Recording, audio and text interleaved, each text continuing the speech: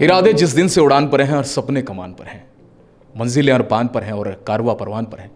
न फिक्र है बीतते लम्हों की, न डर है मंजिलों को पाने की, बस चाह बाकी है संवाद संवाद और संवाद करने की। संवाद जिससे हर विवाद दूर होता है, संवाद जो किसी भी व्यक्ति के निर्माण और किसी समाज के निर्माण की धुरी होती है, क्योंकि समाज ही परिवार और किसी भी अवरोध को दूर करने की सबसे बड़ी कड़ी होती है।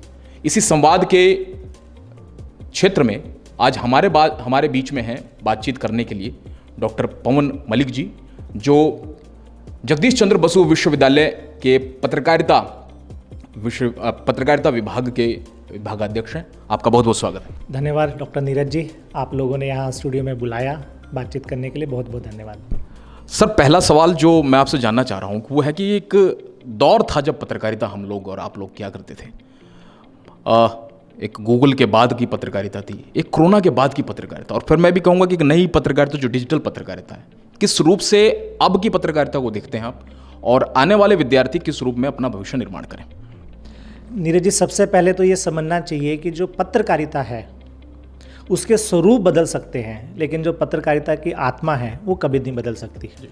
आपने जो कहा कि आज़ादी से पहले की पत्रकारिता, हम लोग दो टर्म सुनते हैं, one is the AG and one is the BG, यानी कि आफ्टर गूगल और बिफोर गूगल।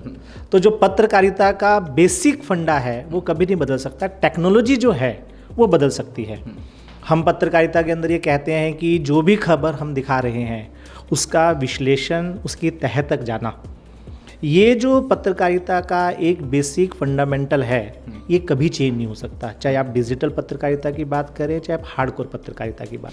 तो मुझे लगता है कि पत्रकारिता के लिए पैशन जो है, जो पहले था वो आज भी होना चाहिए।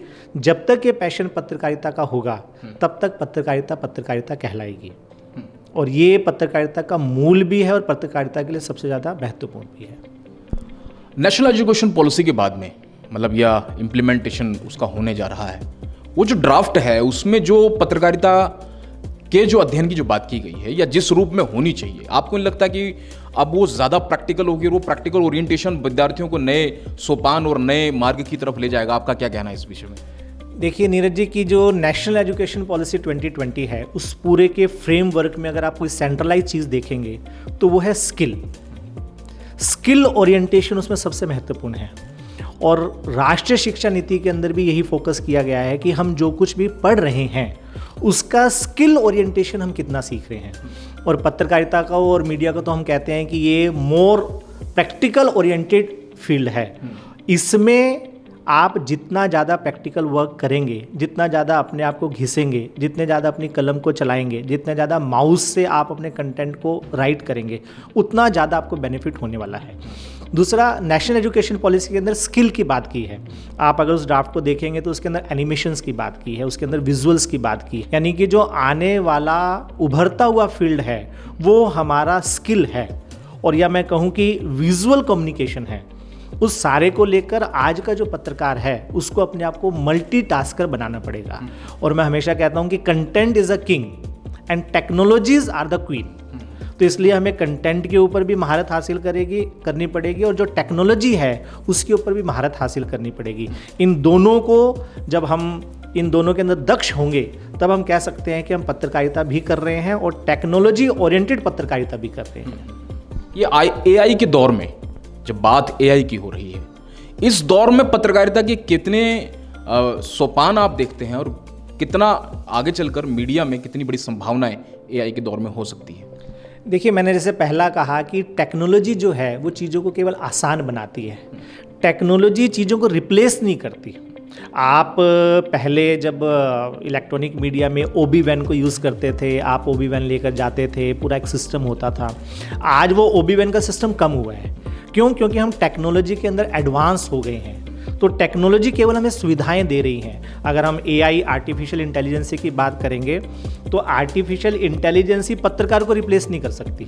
वो आपको कुछ चीज़ें इनपुट दे सकती है, लेकिन अपना विवेक, अपनी कलम, अपना कंटेंट हमें खुद ही बनाना पड़ेगा। आजकल हम चैट GPT की बात कर रहे हैं, तो चैट GPT भी आपको केवल एक एक्सपोजर दे रहा है, आपको केवल एक आइडिया दे रहा है। लेकिन बेसिक कंटेंट जब तक आपका अपना एक थिंकिंग प्रोसेस नहीं होगा, जब तक आपकी अपनी क्रिएटिविटी नहीं होगी, उस काम को हम नहीं कर सकते। तो मैं हमेशा कहता हूँ कि टेक्नोलॉजी जो है वो हेल्पफुल है चीज़ों के लिए, लेकिन वो core basic fundamentals of journalism को कभी रिप्लेस नहीं कर सकती। आप लगातार विद्यार्थियों के मध्य रहते हैं, उनके पठन पाठन का विशेष ध्यान रखते हैं। आने वाले जो बडिंग पत्रकार हैं, जो एआई के दौर में, डिजिटल एरा के दौर में जी रहे हैं, आप उनके लिए क्या संदेश देना चाहेंगे? मैं पत्रकारिता के विद्यार्थियों को एक ही संदेश देता हूँ, पढ़ो पढ़ो और खूब पढ़ो। जब तक हमारा ये अध्ययन करने का स्वभाव बना रहेगा, तब तक जो पत्रकारिता की आत्मा है वो जिंदा रहने वाली है। क्योंकि टेक्नोलॉजी हमें केवल सुविधा दे सकती है, हमारा कंटेंट, हमारा एक्सपोजर, ये केवल हमें अध्ययन से ही आ सकता है। एक है किताबी अध्ययन और एक अध्ययन वो है जो हम समाज में जाकर लोगों से मिलते हुए सीखते हैं। तो पत्रकारिता के विद्यार्थियों को पढ़ना और समाज के बीच में जाके समाज को पढ़ना, ये दोनों चीज़ें ज़रूरी है। और ये जब दोनों चीज़ें समाज केंद्रित बनती है तब पत्रकारिता कहलाती है। तो मुझे लगता है ये संदेश विद्यार्थियों के लिए मेरी तरफ से। समाज केंद्रित पत्रकारिता अर्थात एक धर्म के रूप में, एक व्रत के रूप में, ऐसी पत्रकारिता जो समाज के निर्माण के लिए अपनी भूमिका अदा कर सके, ऐसे पत्रकारों की आवश्यकता के साथ में मैं नीरज कर्ण सिंह अगले फिर एक कार्यक्रम में और एक नई शख्सियत के साथ में, एक उभरते विद्वान के साथ में मैं जो है फिर दोबारा आपके साथ में आऊँगा। तब तक के लिए जय हिंद, जय भारत, जय CUH।